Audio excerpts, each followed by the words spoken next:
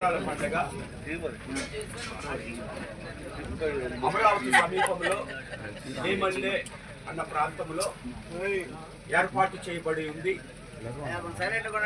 ఈ 49వ అంతర్జాతీయ గుడారాల పండుగకి ప్రజలకి కావలసిన ఏర్పాట్లన్నీ ఇప్పటికే సంపూర్ణంగా నెరవేర్చడం జరిగింది.